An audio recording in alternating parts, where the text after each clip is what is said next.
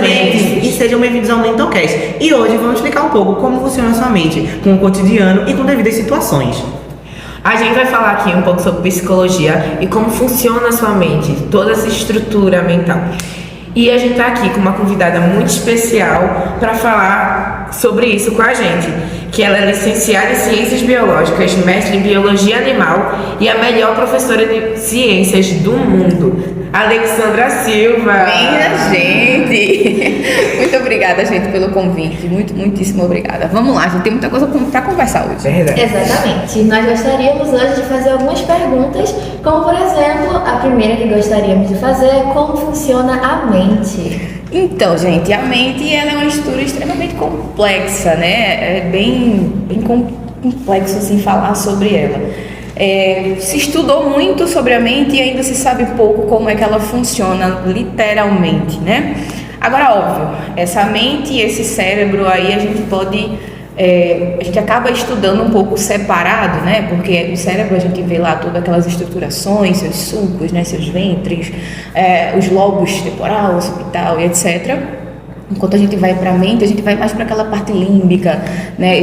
Não só o armazenamento da memória, mas essas sensações, né? Esses sentimentos que são impregnados durante todo esse processo da nossa vida.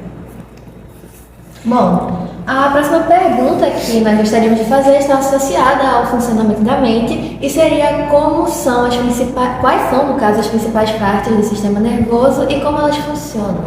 Tá, o nosso sistema nervoso basicamente é subdividido aí em duas porções, né? A gente tem aí o sistema nervoso central, o sistema nervoso periférico e quando a gente fala desse sistema nervoso central, a gente vai perceber que basicamente a medula, né, que é o que compõe ali a via de comunicação entre um e o outro, no caso entre a parte encefálica e toda a região periférica. Então, como eu estava falando, né, a gente tem aí essa conexão pela medula, mas é na região encefálica que a gente tem, né, o predomínio ali de todas essas informações que chegam, né, esse processamento dessas informações e o envio das respostas do que a gente precisa ou não fazer, né? E é nessa porção encefálica ali que a gente tem as suas subdivisões, né, o lobo temporal, o lobo que normalmente o temporal está associado ao processamento da parte auditiva, o occipital a visão, né, o parietal e o frontal que é ali que tem um pouco da chave em relação à racionalização e nesse processamento da memória. Porém, a gente tem um sistema que é o sistema límbico, né? A gente não estuda muito no ensino fundamental ali, mas é um sistema límbico onde está relacionado aos sentimentos, onde a gente processa, né, tudo isso que a gente vivencia, sejam eles sentimentos bons, sejam eles sentimentos ruins. Certo. E existe alguma parte principal da nossa mente, do nosso cérebro? A gente usa somente uma parte e o resto a gente deixa de usar. Sim, por exemplo, uma parte é mais responsável por cada situação ou uma parte é responsável por cada local. Então, por mais que a gente entenda, a gente subdivida, o córtex pré-frontal ali está relacionado a essa memória, essa racionalização e tudo mais, a gente tem e quando a gente fala sobre memória em si, a gente tem uma distribuição pelo sistema, né? Como a gente vinha conversando há pouco no off, né? Porque sempre tem um off. Sempre tem um off. A gente tem vários tipos de memória, né? E essas memórias, por muitas vezes, elas podem ser conturbadas, porque uma coisa eu vivenciei esse momento aqui com vocês, né? A gente tá passando por esse podcast, eu vou sair daqui e vou contar que eu vivenciei. Daqui a 10 anos, eu vou ter essa memória, mas eu vou lembrar de uma forma diferente. Então, é algo que pode ser até mesmo reprogramável, né? Pode ser reorganizado, né? Sim. Vocês têm essa capacidade. O Alzheimer é um ótimo exemplo, que é uma doença mental, tanto que o nosso próximo episódio vai ser falando sobre essas doenças mentais, então acompanhe para não ficar perdido sobre essas explicações. E o Alzheimer, ele é uma doença evolutiva, me corrija se eu estiver errada. Ele é uma doença que corrói a mente e vai destruindo o sistema cognitivo da pessoa, tendo assim, comportamentos, jeitos de agir, pensar e falar, e não fazendo ela lembrar de momentos marcantes, mas de momentos que você não precisa lembrar como memórias implícitas, que é tipo andar de bicicleta, que você não precisa pensar para aquilo, é só você apenas fazer. Porque na verdade o andar de bicicleta também dá um pouco de memória motora ali, né? Então acaba, muscular, perdão. Porque a então gente acaba, não tem só um tipo de memória. isso, a gente não tem só um tipo de memória celular, eita, acho que eu acabei de falar, gente, como é o nome? Muscular, né? Então a gente vai difundir essa capacidade da memória não apenas a uma região cerebral. Por exemplo, quando a gente estuda lá, a gente vê os hemisférios, né? O hemisfério direito e o hemisfério esquerdo. A gente vai ver que o hemisfério direito está responsável por comandar o lado esquerdo do seu corpo, enquanto o hemisfério esquerdo é responsável por comandar o lado direito. A gente estuda isso, a gente vê que o lado esquerdo está desenvolvido ali para racionalização, para o entendimento das ciências, é algo muito concreto, né? Enquanto a gente vai para o lado direito, aquilo ali está muito envolvido no abstrato, em sentimentos, na capacidade de imaginação em 3D, por exemplo, né? Então, por mais que exista essa subdivisãozinha ali, eu acabei me perdendo aqui no conteúdo. Bom, essa pergunta a dizer, tipo, não existe nenhum lado mais importante que o outro. Não existe, de verdade, não existe nenhum lado, assim. Mas que eu tenha me perdido aí no caminho, não existe essa separação. Gente, é normal, é porque eu sou um pouco cansada e eu acabo esquecendo o que eu tô falando. Mas pelo que eu saiba, tem partes do cérebro que elas não se comunicam, certo? Como assim não se comunicam? Elas não interagem entre as outras. É como, tipo, os neurônios, por exemplo. Parece que alguns não se comunicam com outros e com influência de drogas psicoativas e psicodélicos, essas áreas que não interagem umas com as outras começam a interagir e ter uma conexão melhor. O que você vai dizer sobre isso?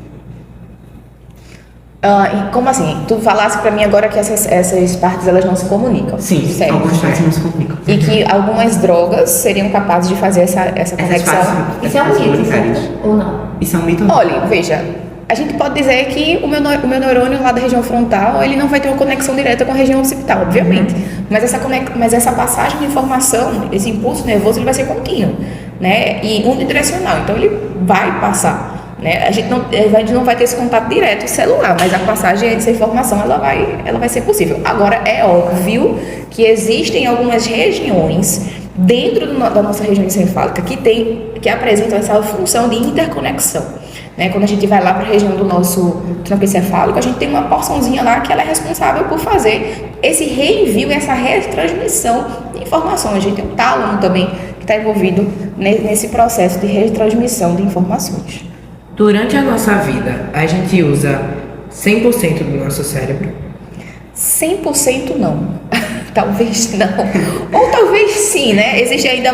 É porque, na verdade, amor, dentro das ciências, a gente nunca tem a certeza de nada. Não é uma ciência exata. Né? As ciências biológicas não é uma ciência exata. É uma ciência onde a gente estuda hoje, mas amanhã a gente pode ter uma nova concepção. A gente pode ter uma nova ideia daquilo. A gente entra nessa nova pergunta. Existem estudos que comprovam o funcionamento da mente? Que sabem 100% como a mente funciona? Não exatamente 100%, mas assim, que trazem informações de como a maior parte da nossa mente funciona diariamente, por exemplo. Por exemplo, vou dar um exemplo.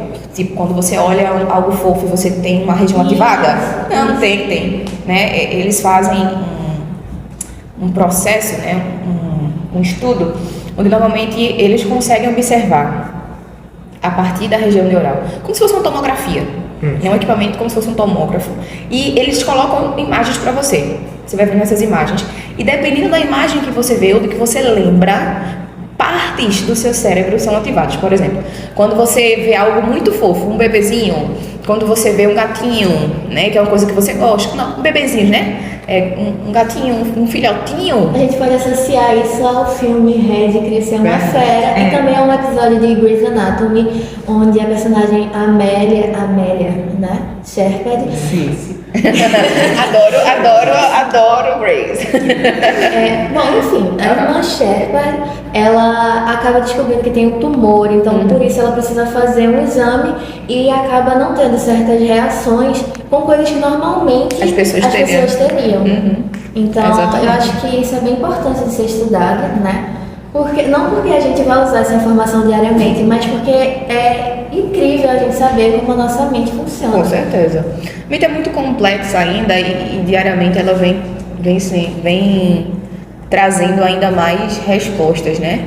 Diariamente artigos são publicados, né? Anualmente milhares de artigos mundialmente são publicados com a ideia de responder como é que a ciência, como a nossa essa neurociência, né? Como é que o nosso cérebro ele está ali funcionando. A senhora disse agora que não existem estudos que mostrem como funciona 100% a mente. Sim, certo? porque não existe essa certeza exata, né? A senhora acha que daqui a algum tempo possam sair estudos que comprovem de verdade como funciona 100% do nosso cérebro? Eu não acho impossível. Mas vamos supor que haja um estudo que mostre como funciona 100% da nossa mente. A senhora acha que, por exemplo, se um artigo fosse publicado hoje, daqui a alguns anos teriam modificações de como a nossa mente funciona ou não? Com certeza. Como eu disse, gente, as ciências biológicas, elas não são ciências exatas. Principalmente quando eu já, não sei se vocês recordam, mas às vezes quando eu estou dando aula, eu falo assim, gente, é isso e isso e isso. Porém, sempre existe a exceção, né? E uma coisa que a gente estava conversando antes é que o nosso cérebro, né, ela tem as células, elas têm a capacidade de neuroplasticidade. Então, elas podem ter uma função hoje, mas se outro grupo celular perdeu aquela determinada função e for necessário fazer esse processo de substituição, ela começa pouco a pouco a desenvolver. É só a gente lembrar no seguinte: existem casos, né, de pessoas de crianças, né, que precisam fazer a retirada de parte de um dos hemisférios, de uma cirurgia chamada de hemisferectomia, né, retirar um dos hemisférios porque ele está danificado, às vezes causa epilepsia, causa alguns danos, né, que podem ser bem mais prolongados se não for retirado. É como se fosse um fio que pode dar curto-circuito. Se você não tirar, pode danificar, queimar, pegar fogo, acabar com toda a casa. Pronto. Então, quando se faz esse processo em crianças, a parte cerebral que ficou o restante tem a capacidade de adquirir e de receber a capacidade de fazer aquelas ações e informações que o que foi perdido seria responsável, tá? Então existe e quando eu falo dessa plasticidade, é a capacidade dessa acomodação de realizar aquela função que não é previamente dela, mas que agora vai ser. Certo. Bom, eu acho que é isso por hoje, né?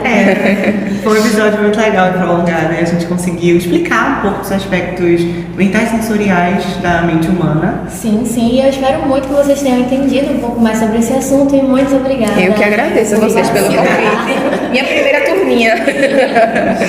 Então, fiquem aqui com a gente nos próximos episódios. A gente vai postar esse primeiro episódio e em breve terá o próximo episódio. Aguardem as atualizações. E lembrem-se, abram suas mentes. Tchau.